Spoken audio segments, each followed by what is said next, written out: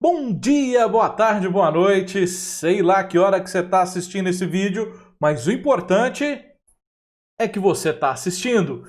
Eu sou o professor Justino, olha aqui o meu Instagram, @Prof. Justino, e eu vou hoje trabalhar com você um tema bastante específico. Vamos começar uma série de resolução de exercícios. São alguns pedidos que eu venho tendo por aí, e se você faz algum curso na área de educação, licenciatura e tem aquela disciplinazinha didática, então essa daqui vai para você testar, brincar um pouco, ver seus conhecimentos. Então eu vou resolvendo as questões e vou comentando, certo? A autora, eu já li o final, a autora Vani Kensky, no capítulo intitulado Repensando a Avaliação da Aprendizagem, discorre sobre a relação entre avaliação da aprendizagem e projeto educativo. Ó, tô falando sempre, hein? Casados estão intimamente relacionados. O jeito que você avalia é o jeito que você concebe a educação. O jeito que você concebe a educação é o jeito que você avalia.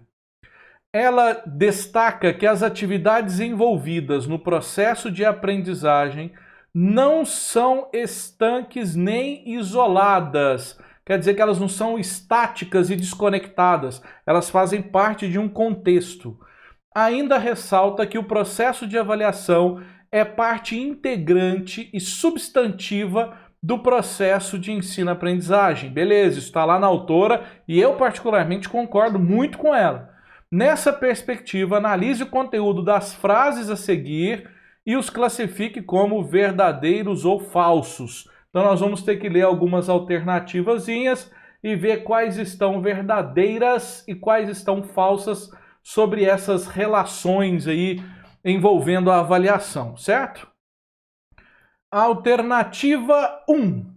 As atividades de aprendizagem fazem parte de um processo contínuo e devem, portanto, ser avaliadas progressivamente durante todo o tempo.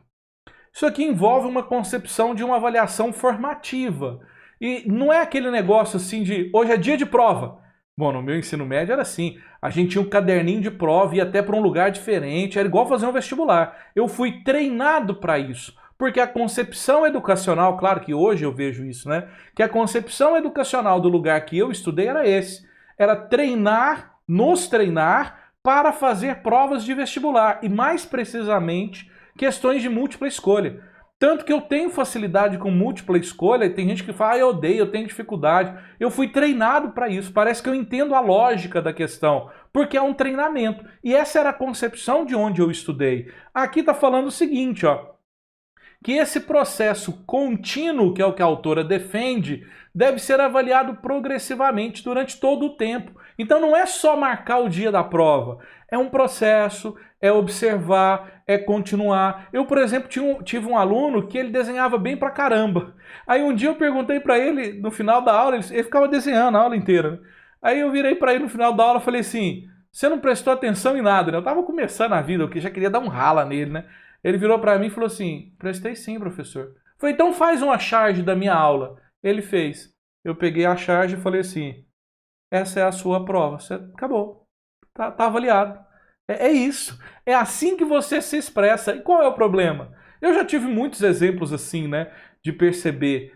E não estou dizendo que eu consigo, tá? Eu estou dizendo que eu me esforço para isso. Inclusive porque eu fui formado dentro de um sistema que negava isso aqui, ó. Mas de acordo com o tempo, de acordo com o texto, eu li o tempo ali no final. Eu dou o verdadeiro. Item 2. Deve-se avaliar não apenas a aprendizagem dos estudantes, que é a ideia da quantidade de conteúdos, né?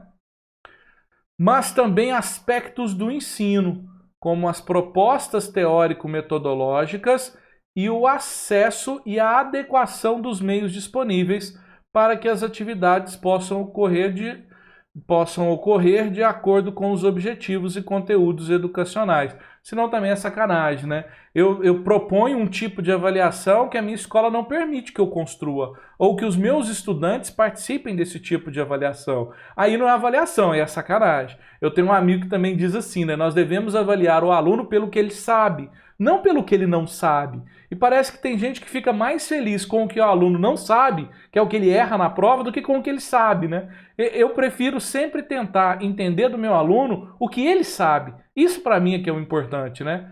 Então esse item 2, de acordo com a autora, eu também classifico como verdadeiro, porque é importante que eu pense essa avaliação da aprendizagem com todo esse aspecto de ensino e com a proposta. É ser coerente. Isso é ter um projeto pedagógico da escola. Isso é ter uma concepção de ensino.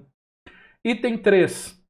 As atividades de avaliação, os instrumentos, as atividades de avaliação, como teste, pesquisa, busca, síntese, só se apresentam, as palavrinhas perigosas, só se apresentam com sua força, colaborando para a aprendizagem, quando seus resultados são apresentados, debatidos, questionados, retrabalhados com estudantes e professores. Então, tá vendo? Verdadeiríssimo. O problema não é qual instrumento que você usa, mas como você usa. Eu lembro uma vez que eu dei uma questão, eu lembro até o conteúdo, era sobre Cuba. Eu fiquei fazendo a mesma questão com a turma durante 2 meses. Porque eu entregava a questão, os alunos faziam, me devolviam, eu corrigia, mostrava o que o texto não estava legal, eu devolvia, eles faziam, corrigia. E eu avaliei todo o processo. Todo o processo foi uma questão, mas entende que não foi uma questão? Foi um processo, porque nesse processo eu conversei com eles, eu discuti com eles a questão, eu falei sobre escrita, eu falei sobre o que ele colocou, eu citei outras fontes. Dá trabalho? Muito, muito trabalho, mas foi muito bacana. Foi tão bacana que eu nunca mais fiz, porque deu muito trabalho. Brincadeira. Então estão todas verdadeiras. Então vamos lá, finalizando a nossa sequência do professor Justino Resolve. Espero que tenham gostado. Beijo no coração. Você já sabe, se inscreve aqui no meu Instagram, @profjustino, e a gente se vê. Beijo no coração.